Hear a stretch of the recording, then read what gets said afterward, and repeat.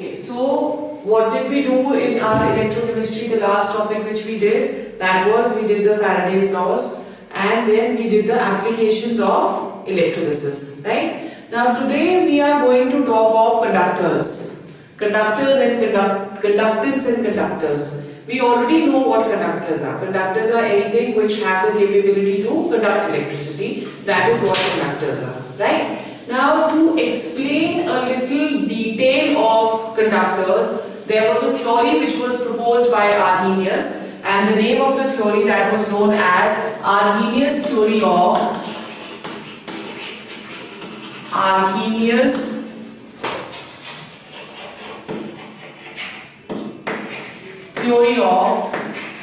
electrolytic dissociation.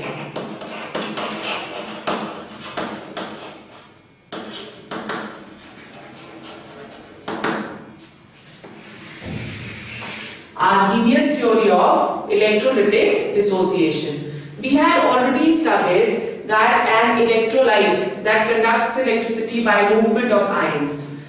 This theory tells us how the movement of ions or how these electrolytes they are dissociated and what are the factors which are going to affect the dissociation and hence the conduction. Okay, so let's go on to the postulates of this theory. The first postulate of this theory is that whenever an electrolyte is dissolved in water,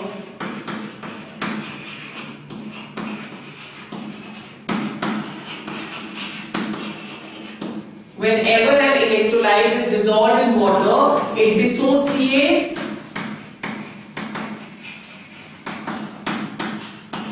into its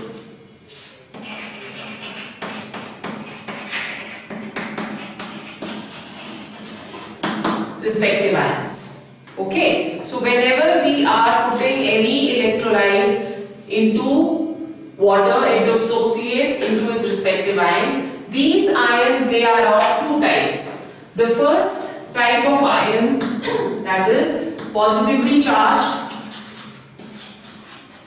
and the positively charged ions, they are known as cations, right? And the second is negatively charged, and the ions, they are known as anions. As for example, we are taking an electrolyte AB and dissociates into A positive plus B negative. So A positive over here, this is going to be the cation, and B negative, that is the anion. An example which we can take over here is that of NaCl. When we dissolve NaCl in water, NaCl immediately dissociates into its respective ions. Okay. Then number 2, the process of splitting up of ions. The process of splitting up of ions, this process that is known as dissociation. This process is known as dissociation, and the degree of dissociation is represented by alpha. Degree of dissociation is the amount of total electrolyte which has dissociated, right? So alpha, that is given as what? Fraction. Fraction means the amount, number of molecules, or the fraction of molecules dissociated upon total number of molecules.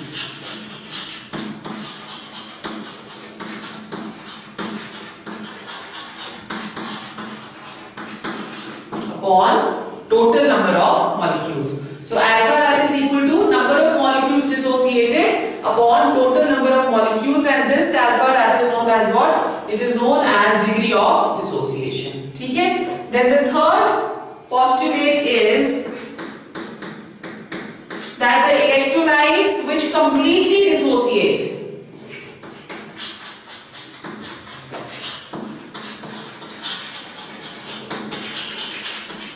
The electrolytes which completely dissociate, they are known as strong electrolytes, and degree of dissociation for these electrolytes, that is always equal to 1. Then number 4, the electrolytes which do not completely dissociate, they are known as weak electrolytes, and alpha, that is degree of dissociation for such electrolytes, that is always less than 1. Right? Now when we are talking of any reaction, the dissociation reaction, this is what we are getting, A positive and B negative, right? And at equilibrium,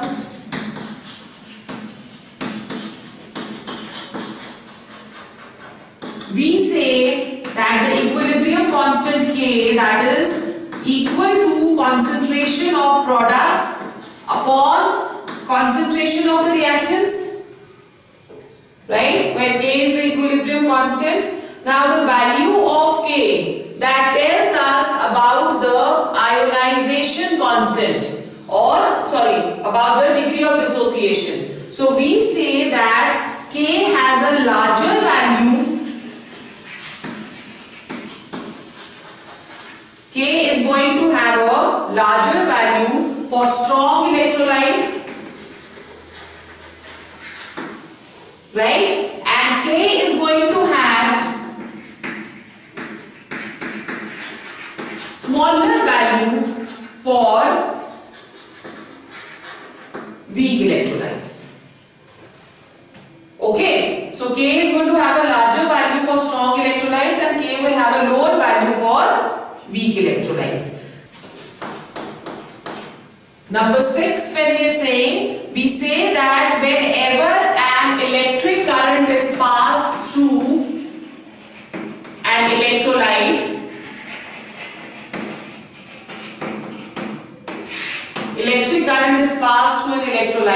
the cations which are positively charged, they move towards the cathode in an electrolytic cell. Right? This we have already done. And anions move towards the anode. We also know that at cathode, reduction takes place, and at anode, always oxidation that is going to take place. ठीक है? फिर उसके बाद conductivity of electrolytic solution depends upon conductivity of electrolytic solutions. Conductivity that is going to depend upon what? It will depend upon the nature of the solute, number of ions, and mobility of the ions.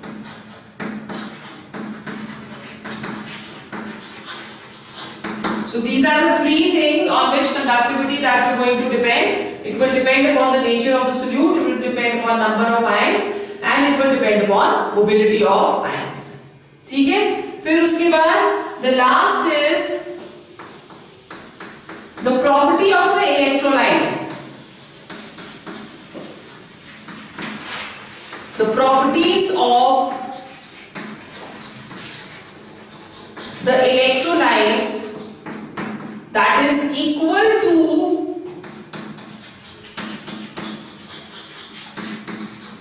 the properties of ions. For example, when we are talking of any acidic electrolyte, right? Like we are talking of HCl. So the electrolyte that is acidic, why? Because its ions is yielding H positive or producing H positive ions in solution. Therefore, the electrolyte that is acidic. In a similar manner, if you are doing KOH, it is basic because it is producing OH negative ions in solution. Okay, so the properties of the electrolytes that is what? That is going to be the properties of the ions which are given out in solution. So this was the Arrhenius theory. Then depending upon this, the factors on which the electrolytic dissociation or electrolytic conduction depends was formulated. So then next is factors affecting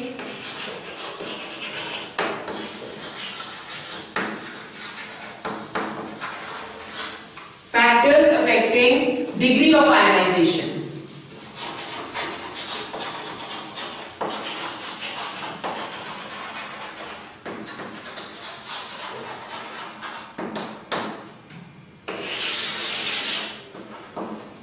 Factors affecting degree of ionization, right? Now when we are talking of degree of ionization, the first factor, that is nature of solute. It is said that whenever we have studied in class 11 that every ionic bond has some covalent character and every covalent bond that is going to have some ionic character. Okay, so nature of the solute means, when we are talking over here, if covalent bond predominates, if the covalent bond character is more, the electrolyte is a weak electrolyte, and for such electrolytes we have just studied that the degree of ionization, that is less than 1, right? So if a covalent bond predominates, then it is a weak electrolyte and the degree of dissociation is less than 1. Examples which we can take over here is that of HCl and acetic acid and CH3COONA, sodium acetate. In all these, we can say the covalent bond that predominates, therefore the degree of dissociation, that is going to be less than 1, and the electrolytes, they are known as weak electrolytes. Another example which we can take over here is that of H2S, hydrogen sulfide. Okay? If the ionic bond predominates,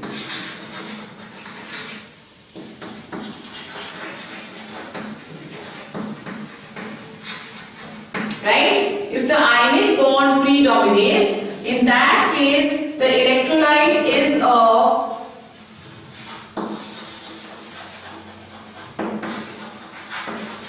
strong electrolyte, and alpha for such cases, that is going to be equal to 1. Examples which we can take over here is that of HCl, NaCl, H2SO4. So all these, they are examples of strong electrolytes.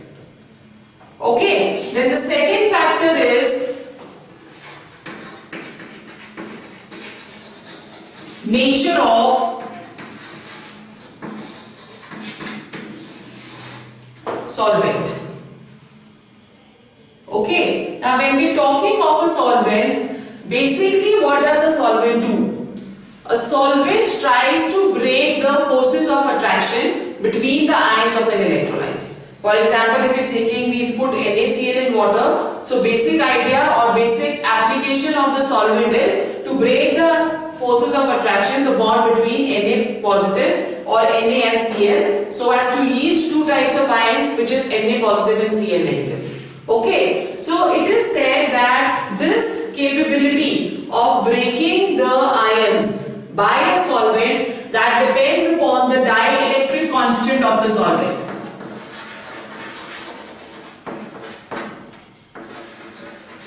It depends upon the dielectric constant of a solvent. Greater the value of dielectric constant, better will be the solvent, or we can say more, it will have more capability to break the ions, right? So when we are comparing the dielectric constant of water, the dielectric constant of water, that is 81. Right? It has the highest dielectric constant. That is the reason why it is also known as a universal solvent. Okay? And that of, let's say, ethyl alcohol, the dielectric constant is only 35. So it is not a very good solvent. Clear? So solvents, the dielectric constant, greater the value of dielectric constant, more is going to be the capability of breaking the ions into their, breaking the electrolyte into their respective ions. Then third factor is dilution. We say that conductance is inversely proportional to concentration of the solution. If the solution is more concentrated, then the ions, they cannot be dissociated effectively because they are bound with greater forces of attraction. Therefore, conductance that is going to be less. On diluting this solution, it is seen that more ions they are produced and hence the conductance increases. So therefore, dilute solutions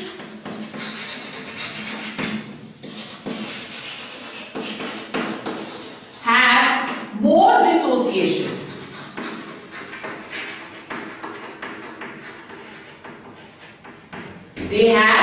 Dilute solutions have more dissociation.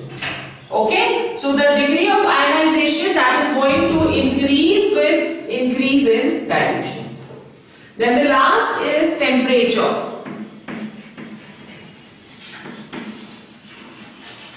As the temperature increases, we know that the kinetic energy of the molecules will also increase. Right? If the kinetic energy that is going to increase, then in that case what will happen? The forces of attraction will break, the speeds of the molecules will increase, and hence the degree of dissociation will also increase. More the degree of dissociation, more is going to be the conductance. So temperature is also directly proportional to alpha, or you can write down directly proportional to degree of dissociation.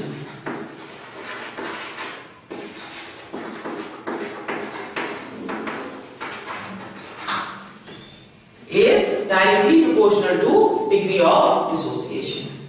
Okay? Is it clear? So these are the factors. Then next we are going to today discuss the first type of conduction, which is known as electrolytic conductance. Electrolytic conductance.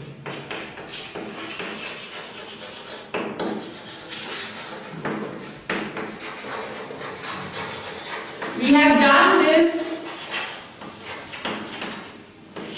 term many times. What do we mean by electrolytic conductance? Electrolytic conductance, it is the conductance due to ionic conductors. That is what electrolytic conductance is, right? But when we are talking of metallic conductance also, electrolytic conductance may you can say the movement of ions that brings about the conduction in electricity. Whereas in metallic conductors, the movement of electrons, it is going to bring about the conduction in electricity. Now, whether we are talking of the conductors, whether they are metallic or they are electrolytic, in both the cases, they obey the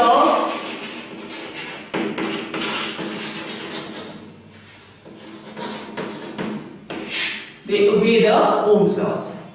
Right? Now, according to Ohm's laws, it is said that the voltage applied through the cell, that is directly proportional to I.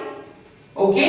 Or we can say that V that is equal to IR, where R that is resistance to the flow of current.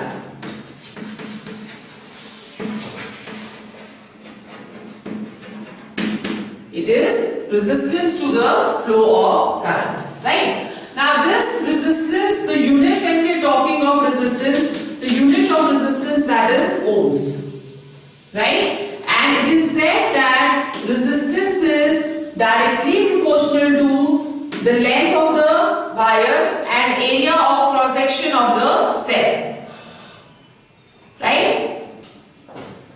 Clear? So when we are talking of this, we can say that R that is equal to rho L upon A.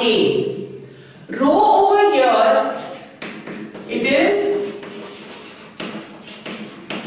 specific resistance. Rho is the specific resistance, and it can be, when you can say, it can be defined as, if we are saying that the length of the wire that is equal to 1 centimeter and area of cross section that is equal to 1 centimeter square.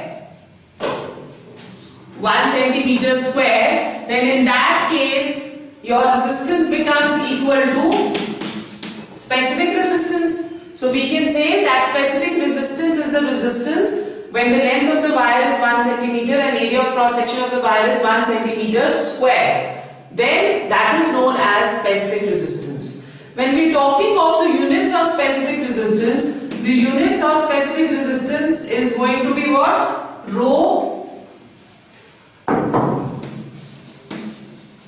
ohm centimeter. Right? Now this specific resistance, it is inversely proportional to specific conductance. Right? So we are saying that the reciprocal of specific resistance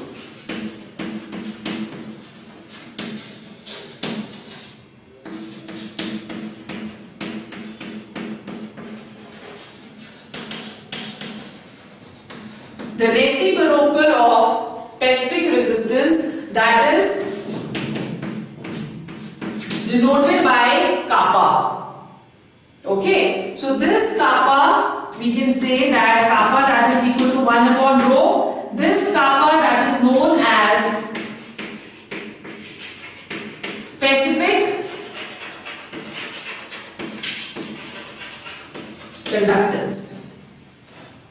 Okay, so kappa over here, that is known as what? It is known as specific conductance. Now let's see what is the relationship between resistance and kappa.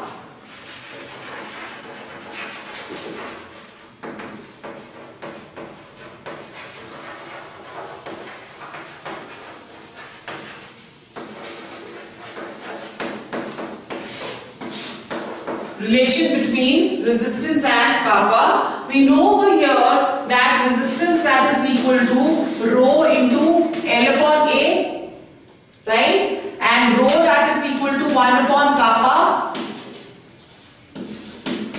into L upon A.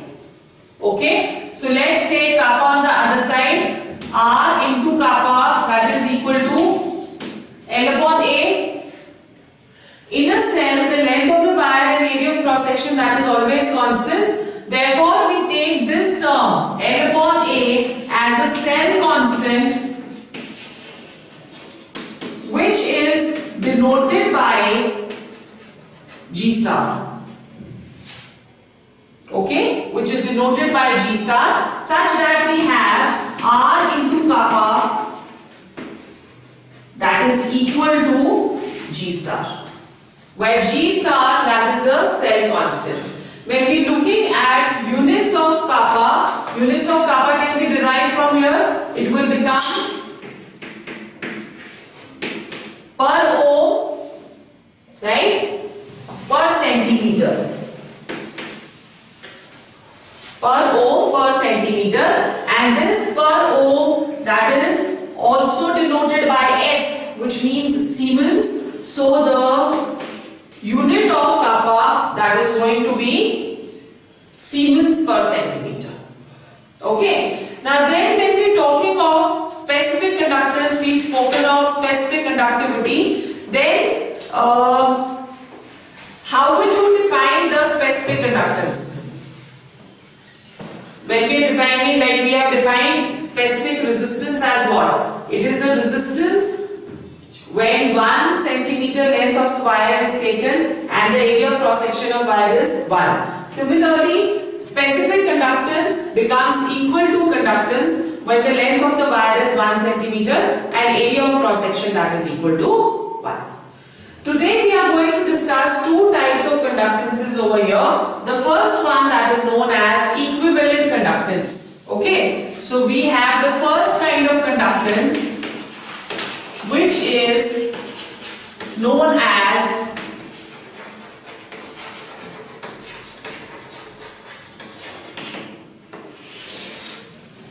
equivalent conductance. Now what is equivalent conductance? You can write down. It is defined as the conductance of all the ions produced. It is defined as the conductance of all the ions produced by 1 gram equivalent. All the ions produced by 1 gram equivalent of an electrolyte in a given solution. In a given solution, right? So we denote it by lambda E. This is what equivalent conductance is. Now to understand equivalent conductance, what do we do is we formulate a cell which is in the shape of a cube.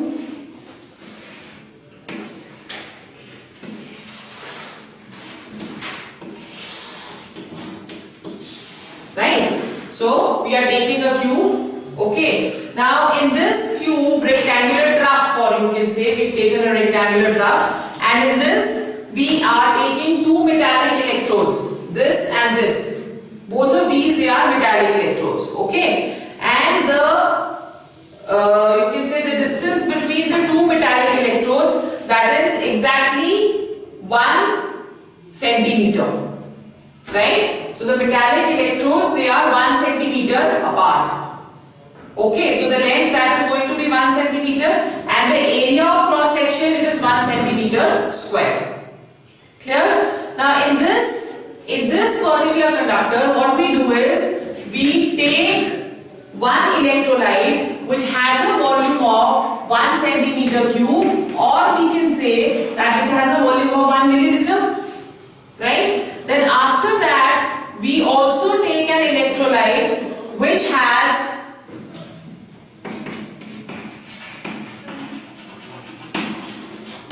one gram equivalent normality. Right? 1 gram equivalent normality, that is the electrolyte which we have taken. Now when we are talking of conductance, the conductance in this case, because everything we are taking over here as 1, it can be said that it is equal to what? It is equal to specific conductance.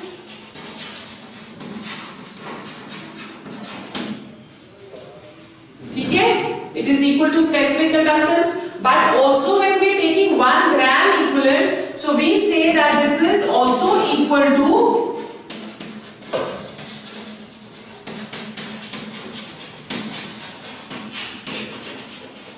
equivalent conductance. Okay? So what have we done? We've taken this trough with two metal, this thing, which are 1 centimeter apart from each other, and in that we have taken 1 milliliter of an electrolyte with a normality with this thing equivalent weight of 1 gram equivalent.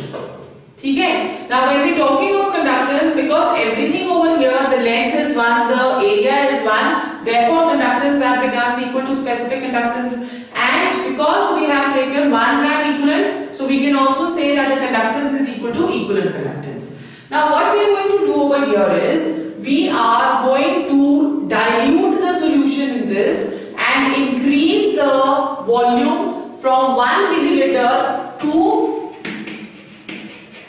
9 milliliters. Okay, so hypothetically we say that when we have diluted the solution to 9 milliliters, hypothetically we say that we have divided this rectangular trough into 9 different cubes. Okay, each cube that is now going to contain 1 milliliter.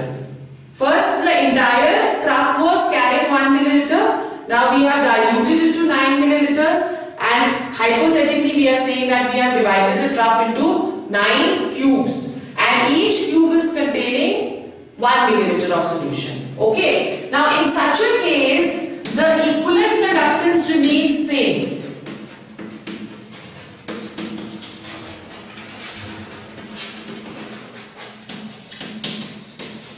There is no difference in equivalent conductance. But when we are talking of specific conductance, it becomes 1/9 of the original value. Okay, so we are saying that 1/9. Why? Because kappa is going to depend upon 1 centimeter cube on unity. It is a unit factor. As there are 9 cubes, every cube in the 9 cubes will have a different specific conductance. So specific conductance, because of 9 cubes which are formulated, the specific conductance that reduces to 1/9. Clear? Now when we are talking of equivalent conductance over here, it means that the equivalent conductance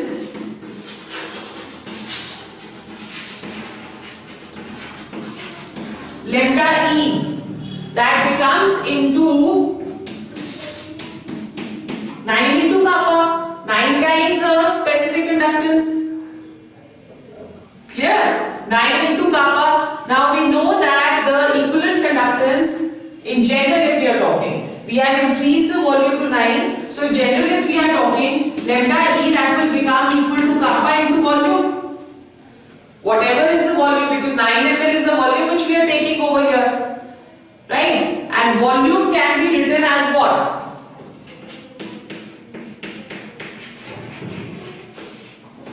Thousand upon concentration. Okay? So volume, that can be written as 1000 upon concentration.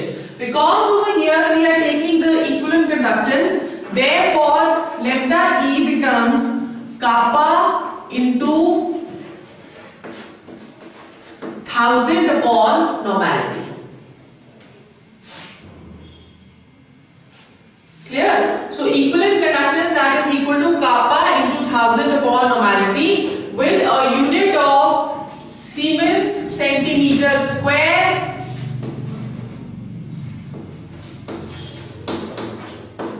per gram equivalent. Siemens centimeter square per gram equivalent. Okay, that is what is lambda E. Have you understood the difference between specific conductance and equivalent conductance?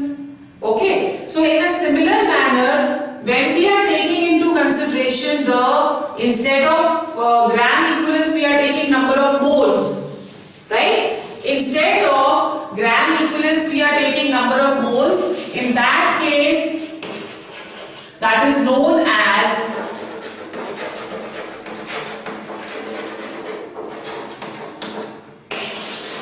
molar conductance.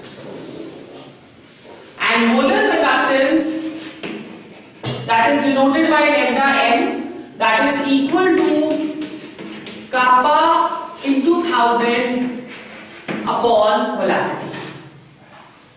Okay, molarity. Kappa into 1000 upon molarity. Is it clear? When we are talking of units, then the units over here become Siemens centimeter square per mole.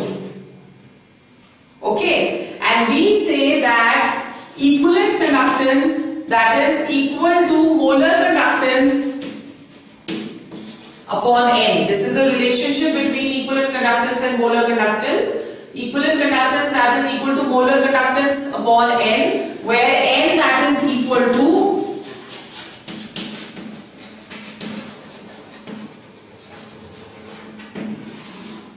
molecular mass upon equivalent mass.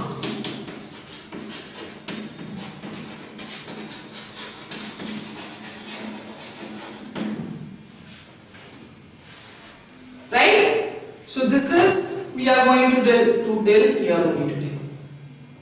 We have to do numericals regarding this, but before that we will go on to Corrosion law, and after that we will do all the numericals together. Okay?